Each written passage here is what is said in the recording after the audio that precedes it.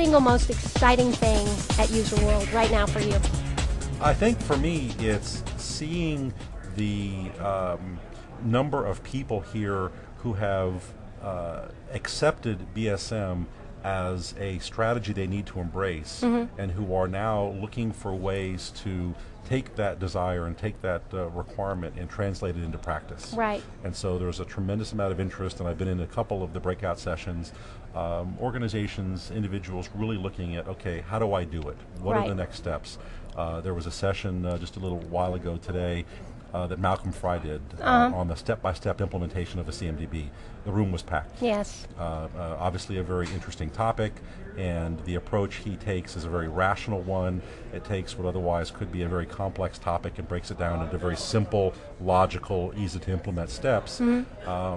And that's indicative of the theme I think of that I see across the board from the people I speak to. It's really wanting to embrace the ideas, understand the importance of IT, understanding the relationship between IT and business innovation, and knowing that BSM is a core part of that. You know, but Charlie Feld, the CIO of EDS this morning, who did a keynote speech, he was talking about BSM as, it was a breathtaking vision, but he was talking about the immediacy or the urgency of getting it done now. I think I'm not sure I would agree quite so much with if you don't do it in the next 3 months, we're all going to go out of business. I think there's more inertia built into the economic systems that we're referring to. I think the message he was trying to communicate is don't wait to start. Right. Right, and because if you do, then when the time comes that it does become mandatory, that the market conditions have evolved to the point where it's simply no longer a choice, if you haven't started to lay some of the proper foundation today, the time requirements you'll have in which to try to do it will be so short that it'll be impossible to make the transition in the time that you now have allowed. And so I think what he was trying to say is don't wait. That this is something you want to start thinking about now, it's something you want to start doing now, and the delay is really going to be quite harmful. I think what he said was business value can't wait. That's right. And I think that was very profound. I was listening to your presentation, and one of the most interesting slides was your slide that showed CEO expectations of a CIO. Yes. Can you talk a little bit about that for our audience, because they missed it? Well, sure. It was actually kind of fun. I mean, just to sort of take a little bit of the humor to it, BMC actually sponsored a survey in Europe a year ago. Right. And the theme of the survey was the communication gap between the CEO and the CIO. And the whole question of IT alignment has been, I think, more keenly felt in Europe in some cases than in the US, but that's, I think, changing quickly as well. But what was interesting about the survey was there were some clear messages out of that survey in terms of what CEOs wanted and what they didn't want. Right. So what I decided to do as sort of an interesting presentation device was to relate it back to the Sex and the City comparison. There was the original episode called He's Just Let That Into You, and then the two writers of that episode then went and wrote the book. I didn't know that you were a fan of Sex and the City. Absolutely, absolutely. I had no idea. And so they wrote the book, and then within each chapter in that book, one of the standard segments was, this is what it's supposed to look like, obviously referring, of course, to relationships. Right. Right. But in the context of the relationship between the CEO and the CIO, what I thought would be a little bit more interesting than a dry IT presentation was, here's what the relationship should look like. And so put it in those terms, and so it was a set of items, a set of bullets for what CEOs want to see, and for a set of things that CEOs don't want to see out of CIOs.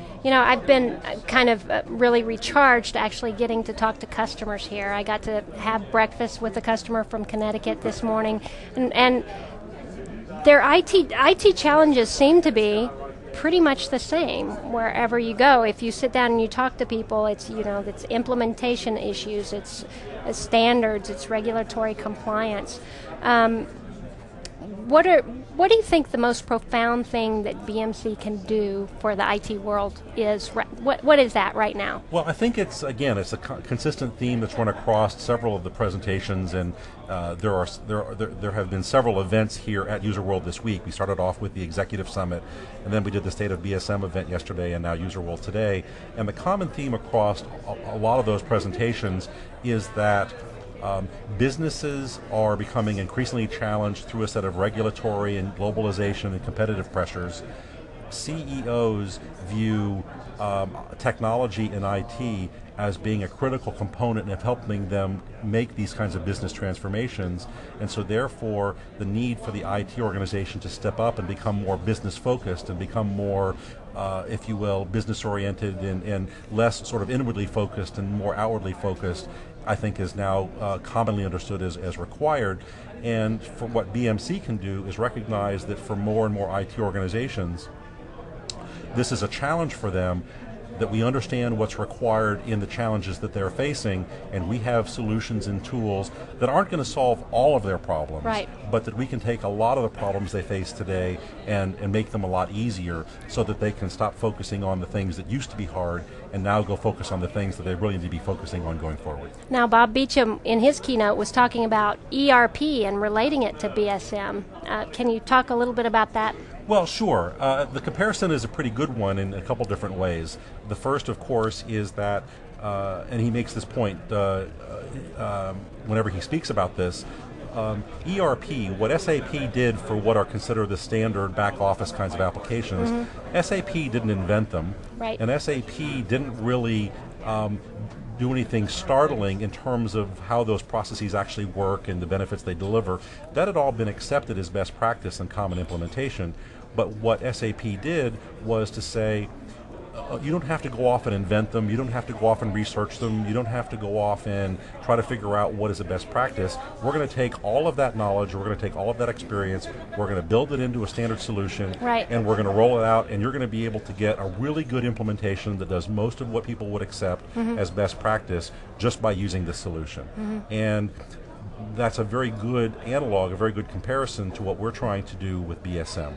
That with our solutions we can take a lot of best practice, we can take a lot of lessons learned, we can take all of the interactions we have with our customers, abstract that into a set of best practices, build that into a solution, and say, if you want a good set of ITIL-based implementations of IT service management process, right, here's a standard set of offerings that if you just go use these, you're going to get a far more predictable result, a far more satisfactory result, with a lot less excess cost and a lot less of the trial and error process that's governed much of what we think of as IT over the last 20 years. So all the best things about ERP. That's right. That's what we're doing with the BSM. With BSM, that's right. Yeah.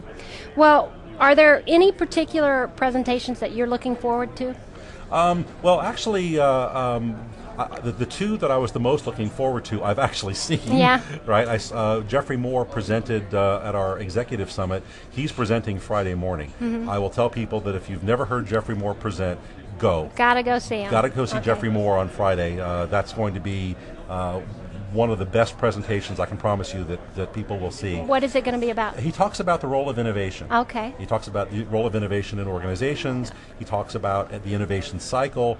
He takes what is often a very mystical concept of innovation, and he makes it very pragmatic and very real and very compelling. And so he does a good job of, again, breaking down what could otherwise be a complex topic and making it accessible and simple and compelling. And I think the audience will really enjoy that. Well, let me just get you off track here, and let's talk about innovation right now really quickly, because we were talking to Julie Craig a couple of weeks ago. She's an analyst with EMA, and she was saying that 80% of IT budgets are used for just maintenance, which leaves only 20% for any kind of new technology and innovation. How can implementing BSM help that? Well, in fact, Bob actually makes this point, and he made this point in his presentation this morning. When you look at how organizations spend money today, a large part of it is in very manual processes that could be automated, that could be documented, that could be repeatable, and therefore could be far less expensive, but they're not because people don't. And a couple of weeks ago, we had the CIO of Federal Express into the Visit Center in Houston, and he gave us a very important number. He said, when you look at, if you take $1 of expense of supporting a desktop, right? If you take $1, 8 cents of that dollar is on hardware, 12 cents of the dollar is on software, 80 cents of that dollar is on maintenance and support and infrastructure and all the other stuff. Yeah. So if you want to reduce cost, you can only go so far by getting cheaper hardware. You can only go so far by getting cheaper software. It's when you start to reduce the cost in terms of maintenance and support and all of the processes that are required in order to do that support, there's a tremendous opportunity to generate savings in large chunks. And so what we've seen, and we actually have documented numbers from a number of early implementations, that you can dramatically reduce the cost of maintenance and support and take that additional savings and double or triple the amount of money you might have to spend on innovation, which ultimately is going to be the lifeblood and the ultimate survival of IT and business.